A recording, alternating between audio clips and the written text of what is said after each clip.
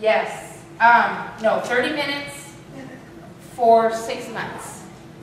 This is something you're going to have to do. It's going to break everything up inside. Steam inhalation, eucalyptus oil and peppermint oil. And you want to make a tent over your head and around the basin so that you keep, okay, let's go on. Bye, ladies.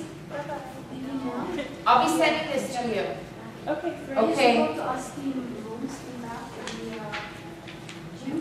Yes. And you will put the toilets on it? Oh, how funny. Okay, now, another thing you can do, That's good. That's a good thought. here's another thing you can do. 4 to 5 oranges or tangerines daily is a remedy that some people do, and they say it works wonders. There's something, I guess it's the vitamin C with all the phytochemicals. This is a remedy that a lot of people use, and it works. They've tried everything else and nothing works. So this is another thing that they use. Okay. Eczema, dermatological, or skin-related issues most of the time is due to allergenic reactions. Alrighty? There are certain herbal treatments that you can take in the event you have a breakout. Chamomile tea. Okay, this is for a breakout. We're talking about your mild breakouts. Your major breakout, like your anaphylactic shock, you're going to use the lobelia tincture and the cayenne.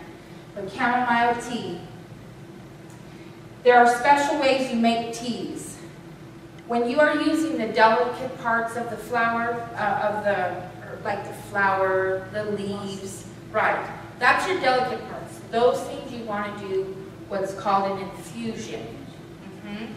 And you do that by steeping. You take the boiling water, you put your herb in the cup, and you pour the boiling water over it, and then you cover it for about 10 minutes.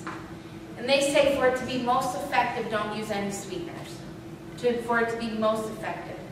Do not use sugar even if it's raw.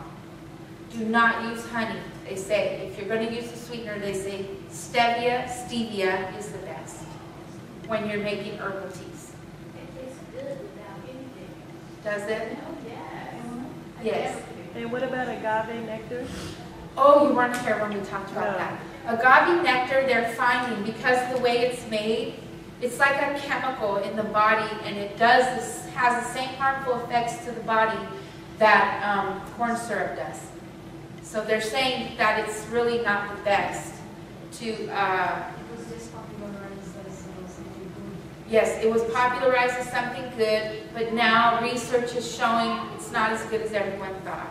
They say if you're going to use a sweetener, if you can't use honey, or if you can't use the pure maple syrup, stevia, yes, yes, okay. Okay, so we talk about, now when you're dealing with the barks and the seeds, that's what's called a decoction. And these are the harder parts. Okay, so we talked about the infusion. Another thing that they use is primrose oil.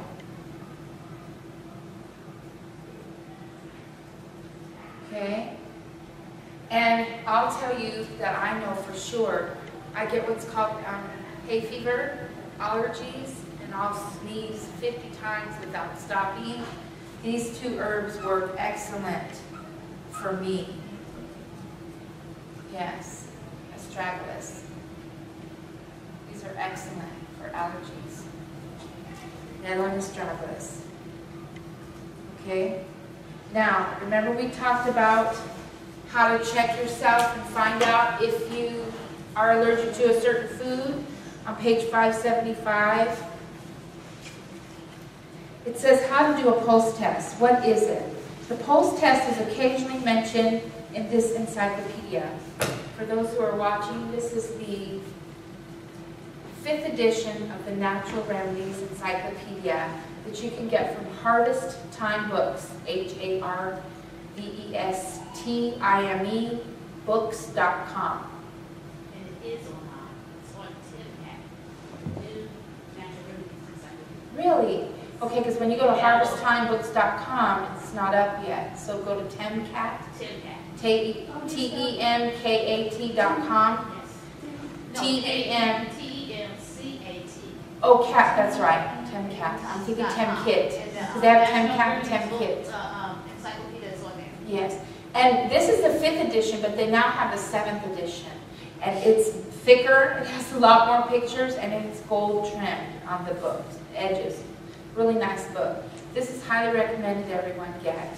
There's several people in our church who do not have this, so I'm thinking I'm going to find out what the price of each at wholesale is so we can get everyone.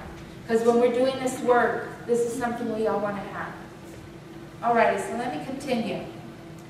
It says, the pulse test was devised by Arthur Coca, MD, and is discussed in detail in his book, The Pulse Test. So there's a book called The Pulse Test.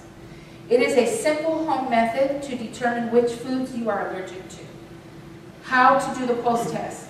Identifying specific food allergens can improve your health. Each test is simple enough, but to make them more effective, they must be continued over a period of time. Your pulse is the rhythmic dilation or enlargement of an artery produced by the increased volume of blood as it surges into the vessel by the contraction of the heart. Normal pulse is between 52 and 70 beats per minute. That's funny because I learned 60 to 80. The levels keep getting lower and lower. And if a person is plant-based diet, they're going to have a lower pulse rate. And if they are athlete and very active and vigorous, they're going to have a lower pulse rate in the 50s. Now I heard the lowest 55 would be the best, but this book is saying 52. Okay, now for somebody who's a meat eater and doesn't exercise, 52 would be extremely too low. Yes, but if you were 70 this says, but they even say as high as 80 would be okay.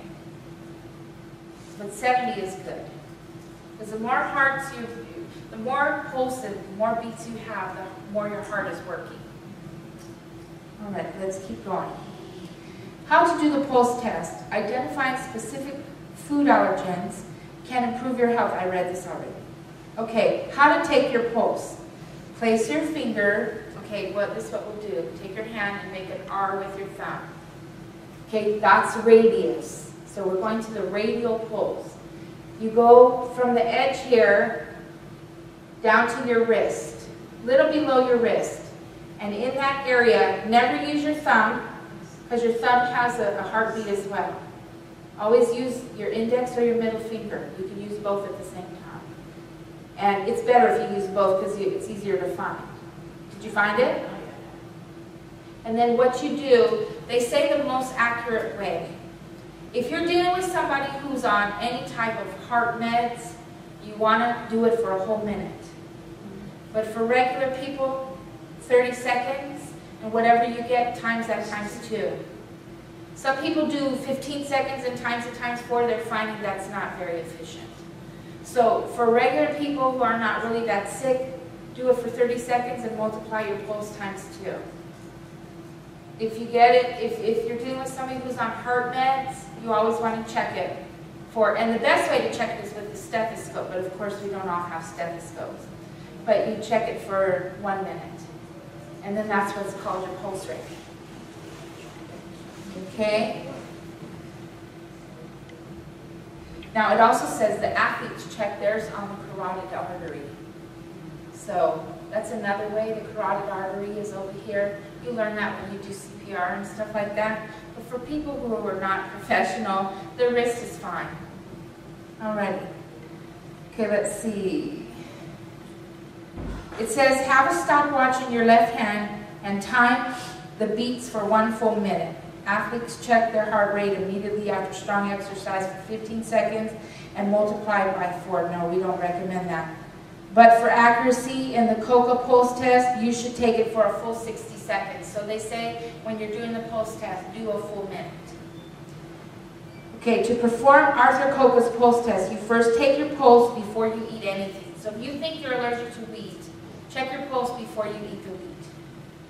This is called your basal pulse or basal pulse rate. So this is the basal.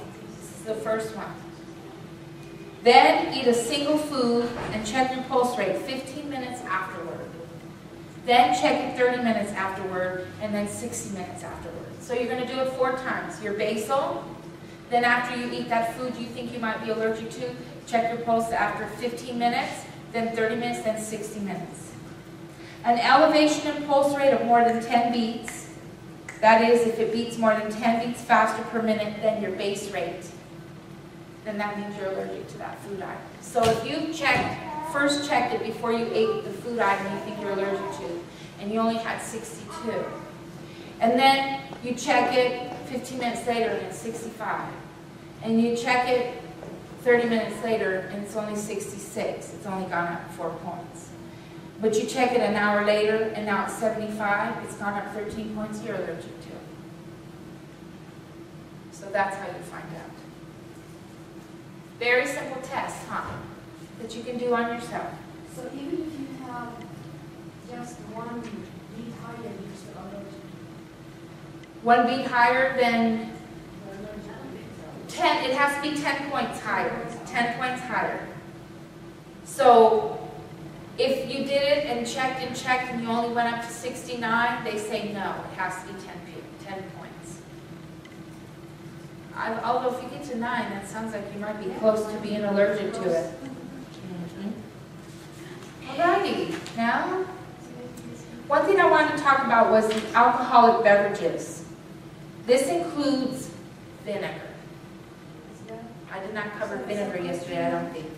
Whether it be apple cider, white vinegar, red vinegar, white vinegar. Doesn't matter what kind of vinegar it is, vinegar dries the bones. And it leaches the calcium. And it makes the bones brittle. If you have rust around the faucet in your tub and you were to take a rag and dip it in vinegar and wrap it, it's going to take that rust away. That's what it does. Also, if you get dirt on your tile that's hard to get up just mopping and you take a rag and red vinegar, it will get the dirt up off your tile. It's excellent for glass cleaner, but it's not to be ingested. And you can use it topically for some things too. Sunburns, actually vinegar helps for burns. Apple cider vinegar, but even regular vinegar can help the sunburns. Yes, apple cider vinegar. External use, not internal use. Okay? Do you know what they use? Do you know what apples they use for the vinegar? They use the rotten apples. That's why it's not good to eat, even apple cider. They use the worst of the apples to make their apple cider. And then, See, there again, okay, I come from a place okay, where we can look at all of this, okay, and the apples are taken off the tree, okay. put in the thing, and there it is. Okay, now, there's a difference between extracted juice of an apple and a cider. And then it goes That's what we to, call it, apple cider. okay, now that's you're more talking like pure juice.